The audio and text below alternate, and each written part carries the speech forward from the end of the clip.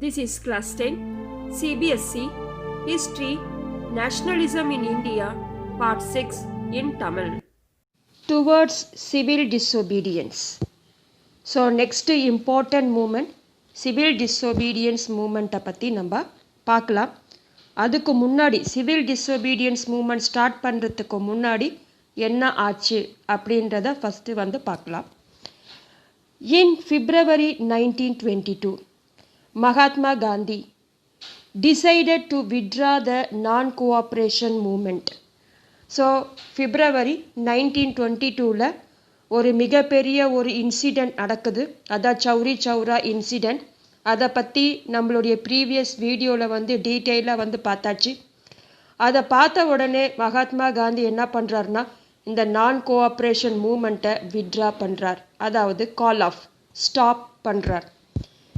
ஏன் அப்படின்னா he felt the movement was turning violent in many places and satyagrahis needed to be properly trained before they would be ready for mass struggles. ஏன் அப்படின்னா காந்திஜி வந்து நினச்சாரு இந்த மாதிரி வந்து ஒரு இந்த நான் கோஆப்ரேஷன் மூமெண்ட் வைலண்ட்டாக வந்து மாறிடுது. ஓகே, ஸோ அதனால் சத்யாகிரகிஸுக்கு வந்து ஒரு ப்ராப்பரான ட்ரைனிங் தேவைப்படுது. அவங்க எப்படி பொறுமையாக போராட்டம் செய்யணும், ஒரு மாஸ் ஸ்ட்ரகிள், ஒரு பெரிய லெவலில் ஒரு போராட்டம் நடத்துறதுக்கு முன்னாடி பொறுமையாக எப்படி இருக்கணும், நான் வைலன்ஸ் மூலிமா எப்படி போராடணும் அப்படின்றத முதல்ல நம்ம வந்து ப்ராப்பராக ட்ரைனிங் பண்ணிட்டு தான் நம்ம வந்து இந்த மிகப்பெரிய போராட்டத்தையே ஆரம்பிக்கணும் அப்படின்னு காந்திஜி நினைக்கிறார். Within the Congress some leaders were by now tired of mass struggles and wanted to participate in elections to the provincial councils that had been set up by the Government of India Act of 1919.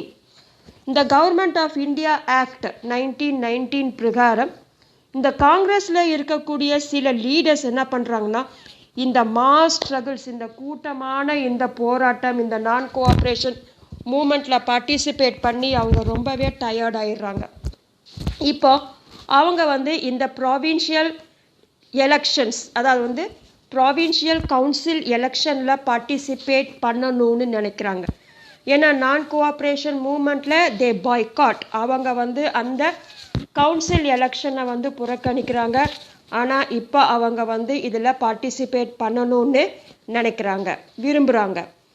They felt that it was important to oppose British policies within the councils, argue for reform, and also demonstrate that these councils were not truly democratic. அவங்க என்ன நினச்சாங்க அப்படின்னாக்கா, இது வந்து ரொம்ப முக்கியமானது. நம்ம வந்து கவுன்சில் எலெக்ஷனில் பார்ட்டிசிபேட் பண்ணி வின் பண்ணி அந்த லெஜிஸ்லேட்டிவ் கவுன்சிலுக்குள்ளே போயிட்டு அதுக்கப்புறம் அந்த பிரிட்டிஷுடைய பாலிசிஸ் எல்லாம் சரியில்லை அப்படின்னு சொல்லி அதை நம்ம ஆப்போஸ் பண்ணலாம். அதே மாதிரி அவங்க கிட்ட போய் ஆர்கியூ பண்ணலாம். இந்த மாதிரி சில பாலிசிஸில் சேஞ்சஸ் கொண்டு வாங்க, அதான் ரெஃபார்ம்னா சேஞ்சஸ் கொண்டு வாங்க அப்படின்னு நம்ம வந்து சொல்லலாம். அதே மாதிரி வந்து கவுன்சிலுக்குள்ளேயே நம்ம என்ன பண்ணலாம், டெமான்ஸ்ட்ரேட் பண்ணலாம், அதாவது போராடலாம், ஆர்ப்பாட்டம் பண்ணலாம். நீங்கள் ஒரு உண்மையான டெமோக்ராட்டிக் ரூலிங் கொடுக்கல அப்படின்னு வந்து நம்ம அங்கே போராடலாம். அதுக்கு நம்ம என்ன செய்யணும், இந்த எலெக்ஷனில் பார்ட்டிசிபேட் பண்ணணும் அப்படின்னு சில லீடர்ஸ் காங்கிரஸ்குள்ளேயே நினைக்கிறாங்க. C.R. Das and Motilal Nehru formed the Swaraj Party within the Congress to argue for a return of council politics. So அதனால் இந்த C.R. தாஸும் மோதிலால் நேருவும் ஸ்வராஜ் பார்ட்டி அப்படின்னு ஒன்று ஃபார்ம் பண்ணுறாங்க. காங்கிரஸ்குள்ளேயே தான், இவங்களும் காங்கிரஸ்குள்ளே தான் இருக்காங்க. ஆனால் காங்கிரஸ்குள்ளேயே இந்த ஸ்வராஜ் பார்ட்டின்னு ஒன்று ஸ்டார்ட் பண்ணுறாங்க. ஸ்டார்ட் பண்ணிவிட்டு அவங்க ஆர்கியூ பண்ணுறாங்க, வாக்குவாதம் பண்ணுறாங்க. எல்லாரும் இந்த கவுன்சில் பாலிட்டிக்ஸ்க்கு திரும்பி வந்துடுங்க. இந்த அது வந்து சபை அரசியல், அதாவது கவுன்சில் பாலிட்டிக்ஸ் அப்படின்னா லெஜிஸ்லேட்டிவ் கவுன்சில் பாலிட்டிக்ஸ். நம்ம வந்து எலெக்ஷனுக்குள்ளே போயிட்டு அதுக்கப்புறம் நம்ம வந்து ஸ்வராஜ் கேட்கலாம். ஓகே அப்படின்னு வந்து இவங்க சொல்கிறாங்க. அதுதான் வந்து return to council politics. But younger leaders like Jawaharlal Nehru and சுபாஷ் Chandra Bose pressed for more radical mass agitation and for full independence. ஆனால் யங் லீடர்ஸ் ஜவஹர்லால் நேரு, சுபாஷ் சந்திர போஸ் இவங்கெல்லாம் என்ன பண்ணுறாங்கன்னா அவங்க ப்ரெஷரைஸ் பண்ணுறாங்க, ரேடிக்கல் மாஸ் அஜிடேஷன் வரணும். ரேடிக்கல் மாஸ் அஜிடேஷன் அப்படின்னா, ரேடிக்கல் அப்படின்னா தீவிரமான குரூப்பாக போயிட்டு அஜிடேட் பண்ணணும், போராடணும். ஓகே, அப்படி தான் நம்ம வந்து போராடணுமே தவிர ஒரு கவுன்சில் எலெக்ஷனுக்குள்ளே எலெக்ஷனில் பார்ட்டிசிபேட் பண்ணிவிட்டு அங்கே உக்காந்துட்டு ரெஃபார்ம் பண்ணுங்க அப்படின்லாம் வந்து ஆர்கியூ பண்ணக்கூடாது. நம்ம வந்து என்ன கேட்கணும், full independence. For full independence நமக்கு வேணும். அதுக்காக நம்ம தீவிரமான போராட்டம் நடத்தணும் அப்படின்னு ஜவஹர்லால் நேருவும் சுபாஷ் சந்திர போஸும் இவங்க ப்ரெஷரைஸ் பண்ணுறாங்க, இவங்க சொல்கிறாங்க. In such situation of internal debate and decision, two factors again shaped Indian politics towards the late 1920s. Late 1920ஸ்க்கு அப்புறமா ஒரு ரெண்டு ஃபேக்டர்ஸ், ரெண்டு விஷயத்தினால நம்ம இந்தியன் பாலிட்டிக்ஸ் வந்து மறுபடியும் சில சேஞ்சஸ் வந்து ஏற்படுது. இந்த மாதிரி சுச்சுவேஷனில் அந்த காங்கிரஸ்குள்ளேயே நம்ம இந்தியன்ஸ்குள்ளேயே வந்துட்டு டிபேட், வாக்குவாதம், டிசென்ஷன், கருத்து வேறுபாடு இதெல்லாம் வந்து நடக்குது. ஸோ இதே டைமில் இந்த ரெண்டு ஃபேக்டர்ஸ் இருக்குது. அது வந்து இந்த நம்மளுடைய இந்தியன் பாலிட்டிக்ஸை வந்து சேஞ்ச் பண்ணுது இந்த 1920ஸ்க்கு அப்புறமா. அது என்ன அப்படின்றத பார்க்கலாம். The first factor was the effect of the worldwide economic depression. முக்கியமான ஃபர்ஸ்ட் ஃபேக்டர் என்னன்னா எக்கனாமிக் டிப்ரெஷன், பொருளாதார வீழ்ச்சி, அதர்வைஸ் பொருளாதார மந்த நிலை, அதான் எக்கனாமிக் டவுன்டர்ன். அது வந்து நடக்குது. இன் economic depression through out the world, உலகத்தில் ஃபுல்லாகவுமே எல்லா கண்ட்ரீஸ்லையுமே. அதனால் அக்ரிகல்ச்சுரல் ப்ரைஸஸ், அதாவது அக்ரிகல்ச்சுரல் ப்ராடக்ட் ப்ரைஸஸ், அதனுடைய ப்ரைஸ் என்ன ஆகுதுன்னா ஃபால் ஆகுது. அதனுடைய விலைகள் வீழ்ச்சி அடையுது. ஃப்ரம் 1926 அண்ட் கொலாப்ஸ்ட் ஆஃப்டர் 1930, கம்ப்ளீட்டாக கொலாப்ஸ் ஆகுது 1930க்கு அப்புறமா. As the demand for agricultural goods fell, அப்போ ப்ரைஸ் வந்து டிக்ரீஸ் ஆச்சுன்னா என்ன ஆகும், அக்ரிகல்ச்சர் ப்ராடக்ட்ஸ் உடைய டிமாண்டும் ரெடியூஸ் ஆகும். ஸோ அதுவும் ஃபெல் ஆகுது. அண்ட் எக்ஸ்போர்ட்ஸ் டெக்ளைன்ட், ஏற்றுமதியும் என்ன பண்ணுது, டெக்ளைன் ஆகுது, டிக்ரீஸ் ஆகுது. அதனால் peasants found it very difficult to sell their harvest and pay their revenue. அதனால் peasants, farmers இவங்க ரொம்பவே வந்து டிஃபிகல்ட்டிஸ் வந்து ஃபேஸ் பண்ணுறாங்க, ப்ராப்ளம்ஸை வந்து ஃபேஸ் பண்ணுறாங்க, கஷ்டமாகுது அவங்களுக்கு. ஏன்னா அவங்க அக்ரிகல்ச்சர் பண்ணப்பட்ட அந்த கல்டிவேட்டட் ஹார்வெஸ்ட் ப்ராடக்டை முதல்ல செல் பண்ணணும், விற்கணும். விற்றாக்கா தான் அவங்களுக்கு பணம் வரும். அந்த பணத்தை வச்சு தான் என்ன பண்ண முடியும், அவங்க ரெவன்யூ, டேக்ஸை வந்து பே பண்ண முடியும். இப்போது அந்த அக்ரிகல்ச்சரல் ப்ராடக்டுடைய ப்ரைஸ் வந்து டிக்ரீஸ் ஆயிடுச்சு. அப்போ போட்ட காசு வெளியே எடுக்க முடியாது. போட்ட காசை வெளியே எடுத்து அதில் ப்ராஃபிட் பார்த்து அதில் இருந்து தான் என்ன பண்ண முடியும், டேக்ஸ் வந்து பே பண்ண முடியும். இப்போ போட்ட காசை எடுக்க முடியல, அவங்களுடைய ப்ராடக்ட்ஸும் ப்ரைஸ் வந்து குறைஞ்சிடுச்சு, அந்த எக்ஸ்போர்ட்ஸும் குறைஞ்சிடுச்சு, டிமாண்டும் குறைஞ்சிடுச்சு, வாங்கிறதுக்கு அவ்வளவா யாரும் இன்ட்ரெஸ்ட்டும் இல்லை, அதுவும் குறைஞ்சிடுச்சு. ஏன்னா எக்கனாமிக் டிப்ரெஷன் கம்ப்ளீட்டாக எல்லாருக்குமே அந்த பொருளாதார வீழ்ச்சி இருக்குது. ஸோ அதனால் அவங்க பே பண்ண முடியல இந்த ரெவன்யூவை. By 1930 the countryside was in turmoil. அதனால் 1930 கண்ட்ரி சைடு, ஏன்னா அக்ரிகல்ச்சர் அப்படின்னாலே கண்ட்ரி சைடு தான், வில்லேஜ். ஸோ அந்த இடத்துல ஒரு கொந்தளிப்பு, ஒரு பெரிய லெவலான ஒரு கன்ஃபியூஷன்ஸ், அதுதான் வந்து டெர்மாயில், ஒரு ஸ்டேபிளாக இல்லாமல் கன்ஃபியூஷனாக இருந்தது.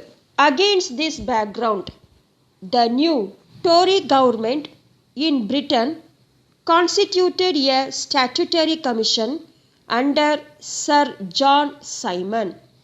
ஸோ இதே டைமில் இது வந்து செகண்ட் ஃபேக்டர். இதே டைமில் வந்துட்டு பிரிட்டனில் வந்து டோரி கவர்மெண்ட் அப்படின்னு வருது. இந்த டோரி கவர்மெண்ட் அப்படின்றது வந்து கன்சர்வேட்டிசம் கவர்மெண்ட்டுன்னு சொல்லலாம். அதாவது பழமை வியாதி like traditional type of government, அதுதான் வந்து கன்சர்வேட்டிசம் அப்படின்னு சொல்லுவோம்.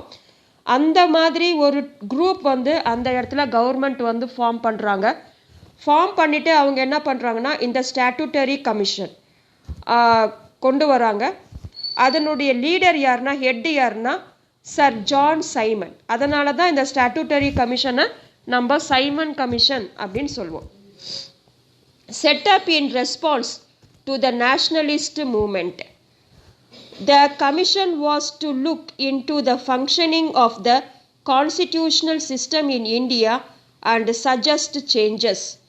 So, in the Simon Commission, இந்த நேஷ்னல் மூமெண்ட் வந்து நடந்தது இல்லையா, இந்த நான் கோஆப்ரேஷன் மூமெண்ட்லாம், அதனால் அதுக்கு ரெஸ்பான்ஸ் பண்ணி இந்த கமிஷனை வந்து செட்டப் பண்ணுறாங்க.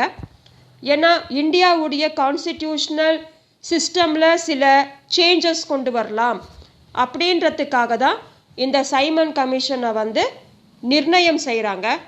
த problem was that the commission did not have a single Indian member, they were all British. அந்த சைமன் கமிஷனில் மொத்தம் 7 மெம்பர்ஸை வந்து அமைக்கிறாங்க, 7 மெம்பர்ஸை வந்து அப்பாயின்மெண்ட் பண்ணுறாங்க. அதாவது இந்தியன் கான்ஸ்டிடியூஷனல் சிஸ்டமில் இந்தியாவுக்காக கொஞ்சம் சேஞ்சஸ் கொண்டு வர போகிறாங்க. ஆனால் அதில் இருக்கக்கூடிய மெம்பர்ஸ் எல்லாருமே பிரிட்டிஷ். அதில் ஒருத்தர் கூட, சிங்கிள் பர்சன் கூட இந்தியன் மெம்பராக கிடையாது. எல்லாருமே யாராக இருந்தாங்க, பிரிட்டிஷாக இருந்தாங்க. When the Simon Commission arrived in India in 1928, இந்த சைமன் கமிஷன் இந்தியாவுக்கு வராங்க. It was greeted with that slogan. நம்ம அவங்கள எப்படி வரவேற்றோம் அப்படின்னாக்கா சில ஸ்லோகன்ஸை சொல்லி, அது முக்கியமான ஸ்லோகன் எதுனா, கோ பேக் சைமன், சைமன் திரும்பி போயிடு.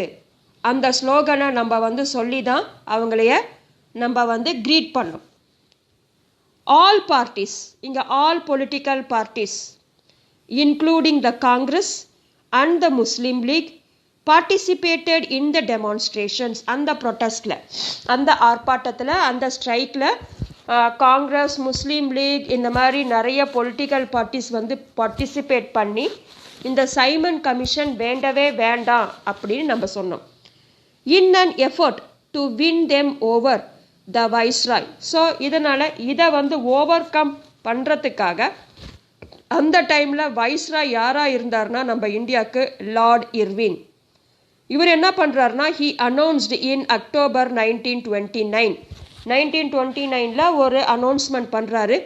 எ vague offer of dominion status for India in an unspecified future. இவர் என்ன பண்ணுறாருனா, அனௌன்ஸ் பண்ணுறாரு. இவர் வேக் ஆஃபர்னா தெளிவற்ற ஒரு விஷயத்தை சொல்கிறார். It's not clear, there is no clear definition of that. அதுதான் வந்து vague offer of dominant status. Dominant status அப்படின்னாலே லைக் செமி இண்டிபெண்டன்ஸ், அதாவது பிரிட்டிஷ் ரூலிங்கில் இருப்பாங்க, இண்டியன்ஸும் அதில் ரூல் பண்ணலாம். ஆனால் முக்கியமான டிபார்ட்மெண்ட்ஸ் இருக்கும் இல்லையா, அது எல்லாமே for example defence, finance, foreign affairs, இந்த மாதிரியான முக்கியமான டிபார்ட்மெண்ட்ஸ் எல்லாம் பிரிட்டிஷோடைய கண்ட்ரோலில் தான் இருக்கும். ஆனால் நம்மளும் இந்தியாவை ரூல் பண்ணுவோம். இது வந்து கம்ப்ளீட் இண்டிபெண்டன்ஸாக இருக்காது. இது எப்படி இருக்கும்னா செமி இண்டிபெண்டன்ஸ், பாதி இண்டிபெண்ட்டாக தான் இருக்குமே தவிர முக்கியமான டிபார்ட்மெண்ட்டெல்லாம் பிரிட்டிஷோடைய கண்ட்ரோல் இருக்கும். ஆனால் இதையுமே என்னென்ன டிபார்ட்மெண்ட் பிரிட்டிஷ்கிட்ட இருக்குன்னு கூட ஒரு கிளியரான டெஃபனிஷன் கொடுக்காம, அதான் அன்ஸ்பெசிஃபைடு ஃபியூச்சர், என்ன நடக்க போகுது, இது வந்து உண்மையிலே கொண்டு வராங்களா இல்லையான்னு கூட தெரியாது. ஸோ இதை பற்றி பேசலாம் அப்படின்றதுக்காக இவர் 1929 அனௌன்ஸ் பண்ணுறார். Plus and a round table conference to discuss a future constitution. அதுவும் இல்லாமல் இவர் இன்வைட் பண்ணுறாரு, எல்லாருக்கும் சொல்கிறாரு இந்த மாதிரி வந்து ரவுண்ட் டேபிள் கான்ஃபரன்ஸ். இந்த கான்ஃபரன்ஸ் எங்கே நடந்ததுன்னா லண்டன். அதில் வந்து பார்ட்டிசிபேட் பண்ணுங்கள், அதில் வந்து நம்ம டிஸ்கஸ் பண்ணலாம் ஃப்யூச்சர் இந்தியன் கான்ஸ்டிடியூஷன் எப்படி இருக்கணும்னு சொல்லி. ஏன்னா இவர் வந்து டாமினன்ட் ஸ்டேட்டஸ் கொண்டு வரேன்னு சொல்கிறார். ஸோ இதை பற்றி பேசலாம் அப்படின்னு சொல்கிறாரு. ஆனால் இதனுடைய டெஃபனிஷன் கிளியராகவே கொடுக்கல, ஒரு தெளிவற்ற முறைப்படி தான் இதை இவர் சொன்னார். This did not satisfy the Congress leaders. So இந்த ஆஃபர் காங்கிரஸ் லீடர்ஸ்க்கு சாட்டிஸ்ஃபைடாகவே இல்லை. The radicals within the Congress led by Jawaharlal Nehru and Subhash Chandra Bose became more assertive. இவங்க என்ன பண்ணுறாங்கன்னாக்கா, இல்லை இதுக்கு நம்ம வந்து ஒத்துக்கவே கூடாது, அவங்க சாட்டிஸ்ஃபைடே ஆகலை.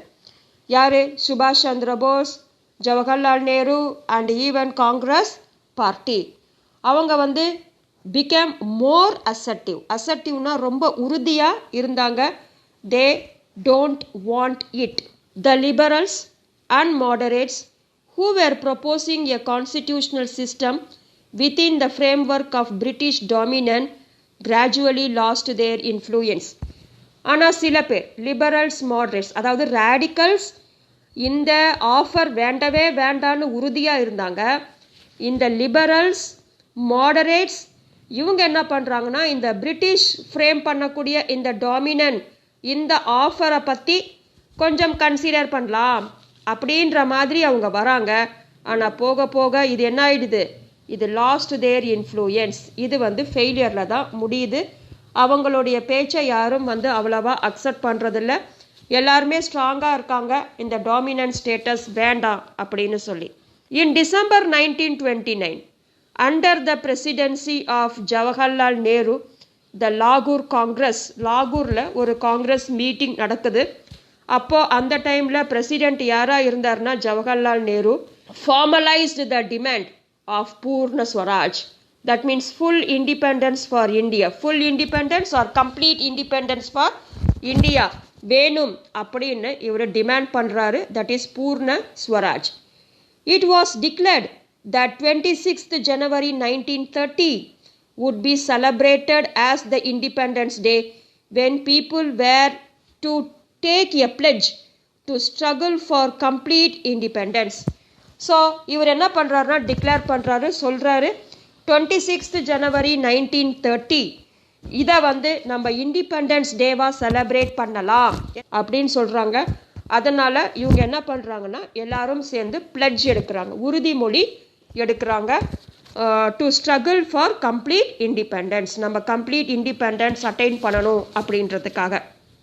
But the celebrations attracted very little attention.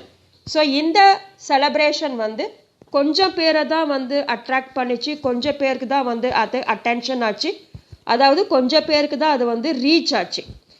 So Mahatma Gandhi had to find a way to relate this abstract idea of freedom. So இந்த idea, இந்த freedom movement, இந்த freedom that means full independence, இதை வந்து to more concrete issues of everyday life.